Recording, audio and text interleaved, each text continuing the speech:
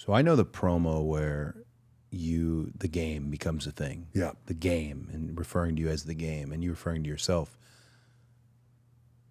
Because of what you're sharing with me now, it seems very obvious. Oh, well, that would make sense. He is young, active, but he's next to this person. He's on Pat's hip. He's talking to this person. He's actually making a suggestion. What would you do here? He's learning. This is the way our information in wrestling, this is the way our lessons are taught. You don't always know you're in a learning lesson, and the next year you've, that was interesting. I mean, just... You mentioned Kowalski earlier. Yeah. Not to interrupt, but most of the stuff Kowalski taught me, I didn't realize for 10 years, 10 years later, I'd be repeating something in a different way and be like, oh, well, that's what he meant. Yeah. Like that's what, when he would say that, that's what he meant. Like he couldn't teach per se. But he could tell you all the things that he was doing. Yeah.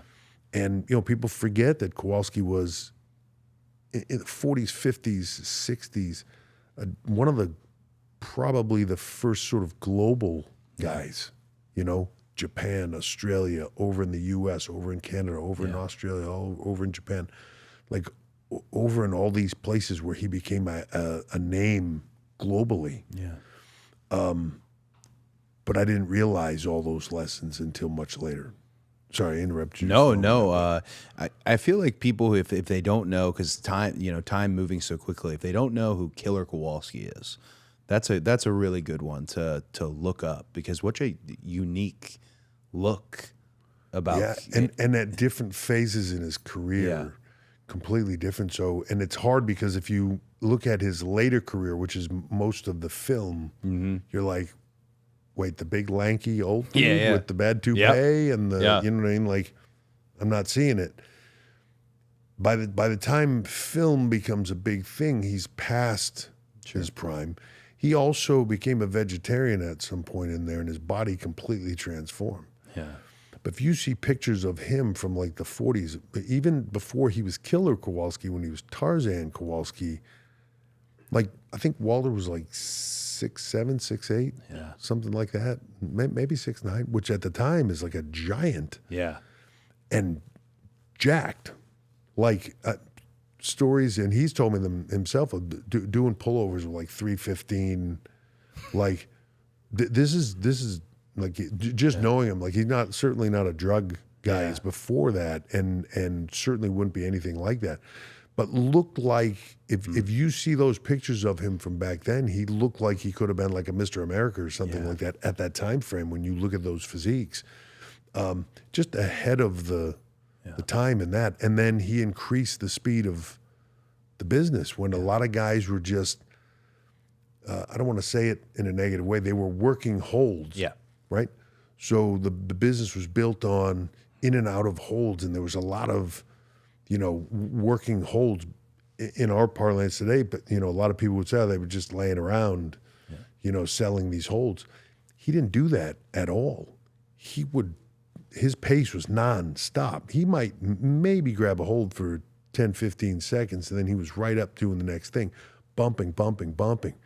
When Harley first was talking to me about Walter, one of the stories he told me is he was like, dude, he said sometimes I hated working with him because he just was nonstop. Yeah. If we had to go an hour Broadway, he was like, you didn't stop for an hour straight. And I used to think like, God damn, this guy's got the most incredible gas tank ever. Yeah. Just doesn't slow down, This is a different time in the business. Yeah.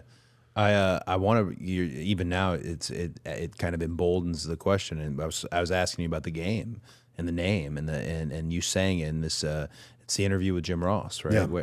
I wanted to ask because I remember sometimes I'm growing up right in the age where, prime example, you and Rock are doing the ladder match. I'm growing up right in the age where I am following the narrative exactly how it's supposed to be followed, but I don't realize that. Right. I don't realize I'm following the narrative. So that's the moment I started to go, this guy, yes, this is my guy. And the ladder match too, I remember, and I had Dad to help because he'd be behind me on the couch, Coaching you like, along the look way. at these two. But then also people like Sean. He did not understand why I liked Sean. He didn't, but he never ruined my fun. Right. He watched me watch that Iron Man match, and he could tell I was not happy. And then Gorilla comes out. They're going to do a sudden death. And I could see he was like, thank God. Yeah. This kid can't sit through another WrestleMania. Like, and he used me as a litmus test, but also with other people, or when randomly, Mel Mascaris or Dick would show up in a Royal Rumble, he'd be like, hey, so this is such and such. So I'd have a leg up on everyone else. But you mentioned the game and this promo. I always wanted to ask, did you know, you cut this promo, did you know that there was a change? Because it feels like that promo happens, at least from my viewing perspective, that it was a different ball game for you. So I was already trying to find the change. Right. You go through a sequence of events in your career that open up opportunities for change. I knew where I wanted to be, and I knew where I was, and I knew there were certain changes that needed to happen, but you kind of can't force those without the right things taking place. Yeah. I knew that promo with JR. I knew it when we did it, and I felt it, and there were changes happening in the business. The line was pretty much off the cuff. Wow. Pretty much. I've seen people take credit for I wrote that script and I wrote that whatever. There was nothing written at that time. Yeah. It was, here's what JR's going to ask you, these couple of questions. Right. How are you going to answer them? Yeah. And if at best you jotted down a couple of maybe bullet points for yourself to have them in your head. And I remember we did a take where I said the fucking game. Yeah. And then they were like, that's okay. We're just gonna show it from the other side where we don't see your mouth. It'll be all right. We'll beep it. And I was like, oh shit, all right. Okay. So if they think that's good enough, like there was something there. Yeah. When I really realized it was the following TV. Yep. Because if you're in tune to it and you do something, and this is where like the live events too come into play for everybody that we don't have anymore, and it's difficult.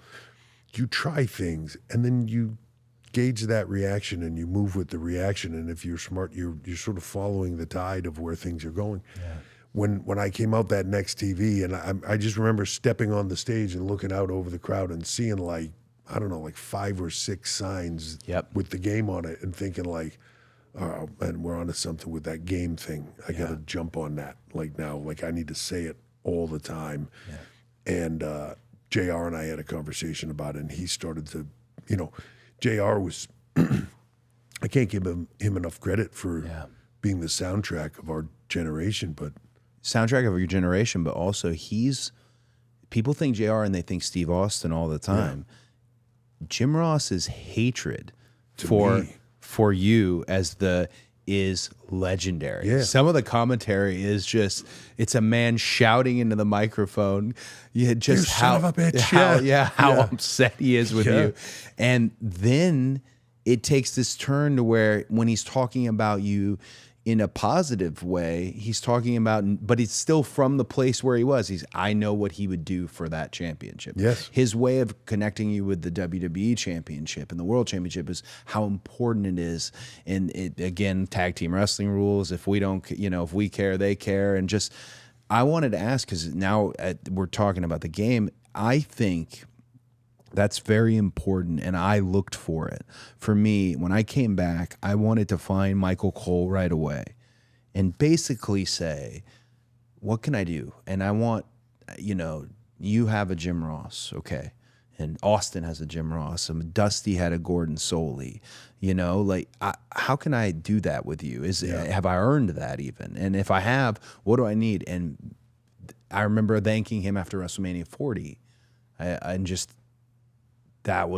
they're so important, the soundtrack, the announcer to the story. I think about Ali and Cosell. Yes. Back in that day. Yeah. Right? Like part of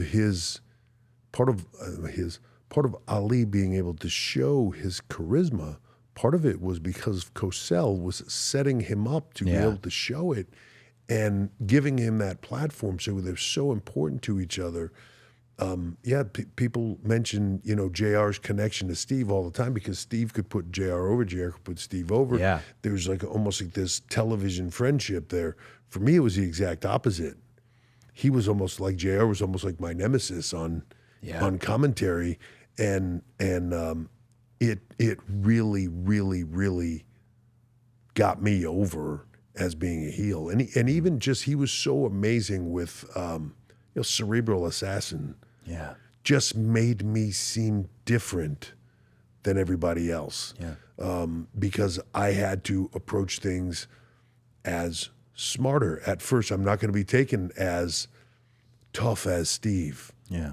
Right? Or as savvy as Rock. So I have to have what is my different thing? My different thing is I'm smarter about it. I'm more conniving. I'm all those things, right? I'm getting in there on the backside. The Cerebral Assassin thing was magic. So all that stuff, along the way, there's so many aspects to what we do that help get you in a position and keep you in a position that it's hard. When you start talking about the people that influence your career or were part of it or things like that, it's hard to go like, well, this person helped make me or that person, because everybody does. Yep. Every little moment along the way does. This business you're so reliant on the other people.